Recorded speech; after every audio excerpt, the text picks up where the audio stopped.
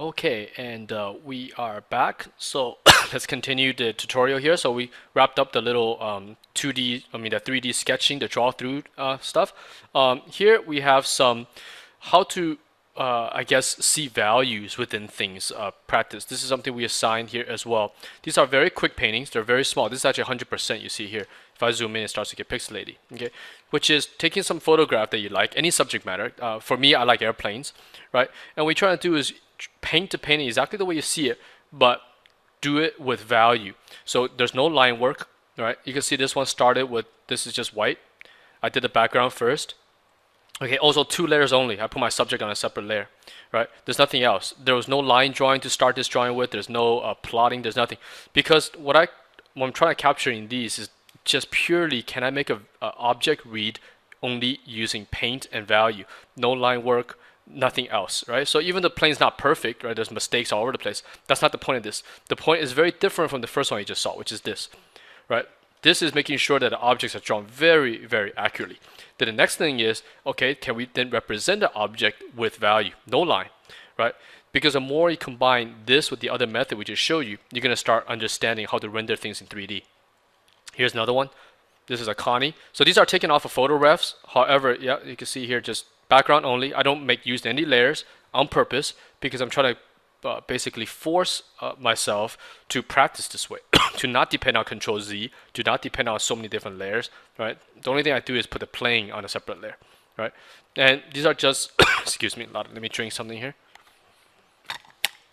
So yeah, quite raw. They're not precise. You know, I look at this drawing here that the tail is off slightly or whatever. But overall, though, it shows as a 3D object.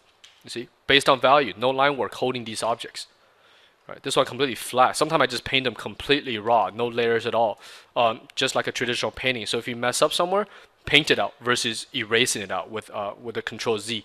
Okay, so that's a little bit of what these are, and these are very good practice things. So again, the subject matter doesn't really affect anything. Just pick something you like and try to paint it raw. These are not traced. Okay, that's very clear. We're not tracing the photograph. That doesn't teach you that much stuff at all. If you trace an image, because you can almost put your brain on autopilot to trace something. Okay, so these are basically training your eye to see the value, and then paint the value that you see. Okay, so we're doing step by step here. Okay, learning your 3D perspective here, learning your values here, and then let's go to something else. Let's go to this section here. Okay, this is a little bit about learning your figure drawing anatomy skills. So here, purely 2D kind of drawings. You know, just kind of drawing some life drawing. However, if you see that I have these under drawings, which I use the drawing through method to achieve. So the first part of this elephant, when I drew it, was to do this, right? You've probably seen some Disney artists do this, and a lot of artists use this thing, which is a loose version of this. This is very, very precise. However, I don't want to draw by eye. I want to draw what's there. You know, very big difference here. So this way, even the other side of the eye, the other side of the ear, I already drew it out in a very rough format. So that one, when I overlay a real drawing or a precise drawing on top, I understand what's going on underneath. Let me see if I can turn this to a different color or something so you can see it. There's a red line that you can see here. Okay. See, the other side of the elephant's eye is actually already drawn. You just don't see it because I need to know as a designer what is making up these forms, and that goes true for all of these. You can see the chihuahua here. You can see the spherical plotting. All right, same thing with the arm. So this is another way to practice. So again, everything I'm showing you here is just different things you could do to practice this kind of skill, especially before you get into a design school, to build up your design entrance portfolio. Okay. Next, this is a for me, I like to practice this way. This is learning anatomy, but from an understanding point of view versus just drawing something point of view. So this one, what I'm doing is I'm taking a shot. Here's an image. This is a model that we shot in Los Angeles. Her name is Hope. So this is actually shot in my Los Angeles studio. So it's all mine. I'm not tracing these over internet photos or whatnot, right? So we shot a model. We shot thousands of photos of her.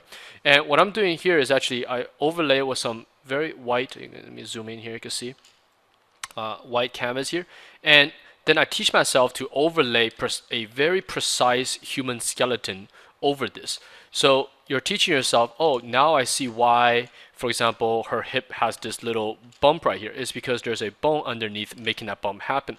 So for me, this is a great way to draw anatomy because I'm not, again, the person or vehicle is all the same to me, but I need to understand how they work. So if I'm designing an alien creature now and it has a bone system similar to how mammals work, most likely it's going to function in a very similar way because all this kind of stuff is constructed like a machine.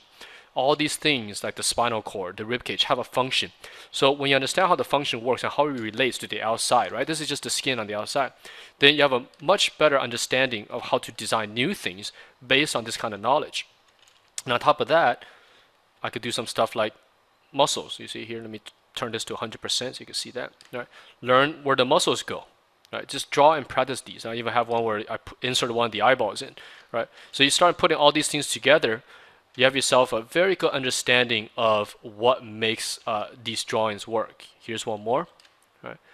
Again, overlaid over a photograph of existing human body. Uh-oh, Photoshop is slowing down here. Let's let it catch up. Okay, here we go.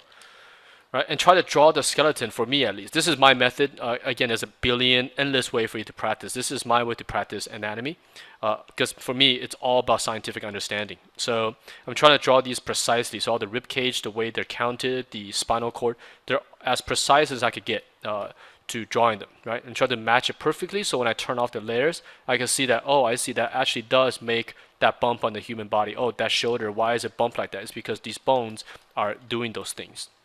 So again, my way of practicing, and I find this quite fun because you're almost reverse engineering a design, which is really interesting. Okay, so that's a little bit of that, and then from that we could then start practicing drawing human figures and stuff with a lot greater understanding of what's inside these things. So even though these are silhouettes, when you draw it, I'm not thinking in silhouette. I'm thinking in 3D. I'm thinking of, okay, there's a 3D form on the outside, then there's a 3D form, which is a skeleton on the inside.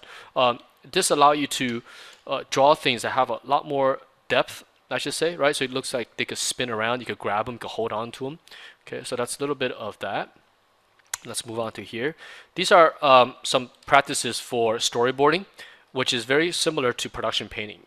It's just a shot design. Okay, so here we're doing some very quick sketches showing students how to do a sequence shot, which I call the arrival or arriving, arrived, and arrived in within whatever they're at. So the three frames connect. So in a way, they do look like storyboards. However, they're shot designs for production paintings. So the way to teach you this is quite hard. This requires quite a bit of I guess hands-on training, but you could read about photography, for example, cinematography on films, and watch a lot of movies, especially ones that are shot well, and learn the shots. Why did the director do this? For example, in this shot, we're taking a Enterprise here, arriving at an alien planet.